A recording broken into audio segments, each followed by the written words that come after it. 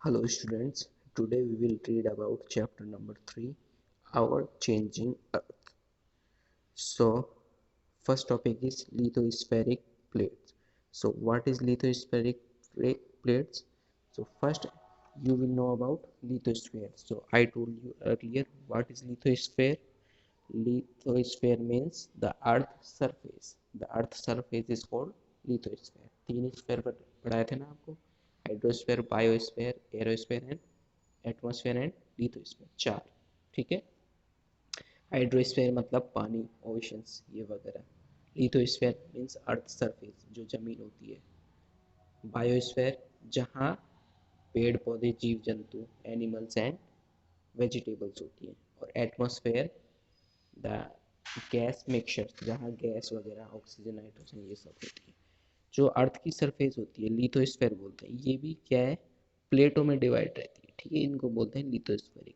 The earth surface is divide in multiple plates, these plates are called lithospheric plates. और इन lithospheric जो अपनी surface है उनके नीचे क्या होता है, मैग्मा, पिघली हुई चट्टान। ठीक, द मोल्टन रॉक्स, ये क्या होती हैं, लिक्विड फॉर्म में होती है। तो इनके ऊपर ही अपनी क्या होती है, लिथोस्फेरिक प्लेट। तो जैसे ये बहती रहती हैं तो लिथोस्फेरिक प्लेट में भी क्या होती है, हलचल। ठीक है। The movement of these plates cause change in on the earth surface. जैसे इनमें मूवमेंट होता है, ये थोड़ी हिलती डुलती हैं, अर्थ जो लिथोस्फेरिक प्लेट्स होती हैं, इनकी वजह से क्या होती है, अर्थ पे भी हलचल होती है, मूवमेंट होता है। ठीक है। इन्हें दो टाइप्स में डिवाइड किया गया है, एंडोजेनिक एंड एक्सोजेनिक। जो मूवमेंट होता है उनको दो टाइप में, एंडोजेनिक फोर्सेस और एक्सोजेनिक फोर्सेस। ये क्या होता है, endogenic forces the forces which act in the interior of the earth. ठीक है। अर्थ के जो नीचे नीचे अगर फोर्स लग रहा है, मूवमेंट हो रही है, तो वो आएगा एंडोजेनिक में। और अर्थ के अगर ऊपर कुछ उन फोर्सों की वजह से कुछ चेंज हो रहा है तो वो होता है exogenic forces. The forces that work outside the earth surface is called exogenic and the forces that work inside the earth surface is called endogenic forces। ये चैप्टर काफ़ी बड़ा है, इसलिए मैं इसको दो या तीन पार्ट्स में डिवाइड करूँगा। ये पार्ट्स 1 है जिसमें हम अर्थक्वेक के बारे में पढ़ेंगे। ठीक है।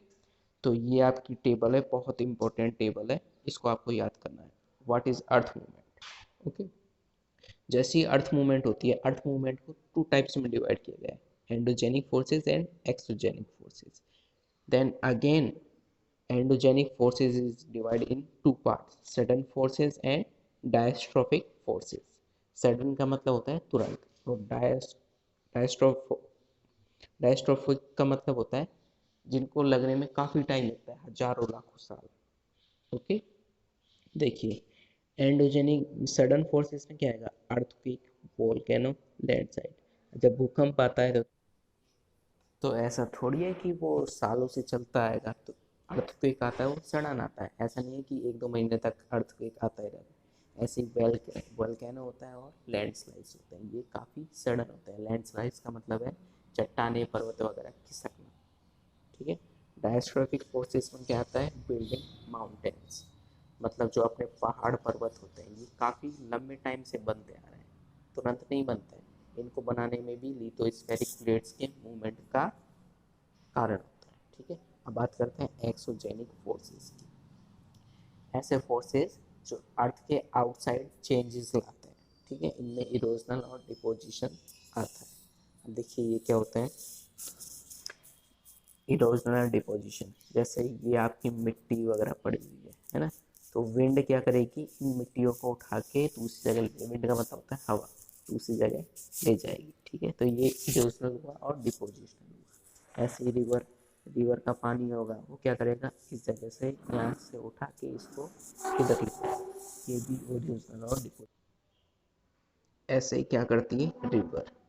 ठीक है।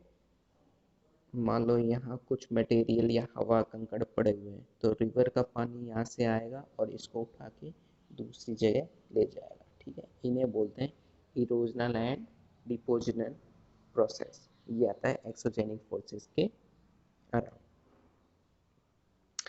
Now we will read about earthquakes and volcano. So what is volcano? You can see in this diagram. I teach you about crust mantle. There are three and other one is core. मैंने पढ़ाया था ना, तीन वो होती हैं अर्थ की plates, crust mantle and core. ये अर्थ की लेयर्स होती हैं, ठीक है।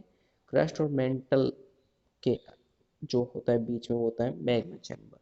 जैसे ही अर्थ के अंदर काफ़ी गर्मी होती है, आपको पता है, जैसे ही गर्मी बढ़ जाती है काफ़ी, तो जो चट्टानें होते हैं वो पिघलने लगती हैं, ठीक है।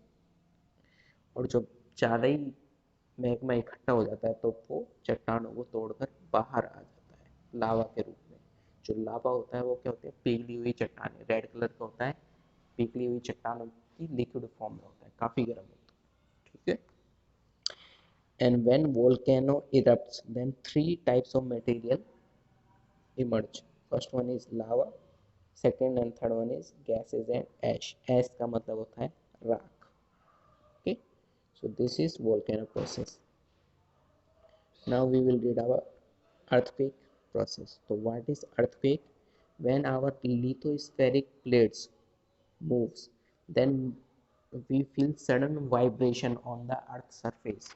This is called earthquake. इसमें देखो, जैसे फोकस होता है सरफेस के इनसाइड, जहाँ अर्थक्वेक, जहाँ मूवमेंट होती है, तो ये मूवमेंट का वाइब्रेशन या वेव्स जहाँ जहाँ तक जाएंगी, हमें वहीं वहीं तक अर्थक्वेक फील होगा, ठीक है। So what is focus? Focus is the point inside our Earth's surface where earthquake occurs. It is the origin of seismic energy. ठीक है, seismic का मतलब भी क्या होता है, earthquake से रिलेटेड, ठीक है। जो वेव्स निकलती हैं उनको बोलते हैं seismic waves. And what is epicentre? Epicentre होता है फोकस के जस्ट ऊपर वाला पॉइंट जो सरफेस पे हो, अर्थ की सरफेस। फोकस तो होता है सरफेस के नीचे, जबकि एपिसेंटर होता है सरफेस के ऊपर, ठीक है। So what is epicentre? Epicentre is the point of earthquake on on the earth surface, ठीक है। बिलो द अर्थ सरफेस तो क्या होगा, फोकस, और ऑन द या अबव द अर्थ सरफेस होगा epicenter. And there are three types of waves, three types of seismic waves, P, S and L, ठीक है। ये वेव्स क्या होंगी हम आगे की क्लास में पढ़ेंगे। तो ये आपका फर्स्ट पार्ट पूरा हुआ। पार्ट 2 और पार्ट 3 हम नेक्स्ट वीडियोस में देखेंगे।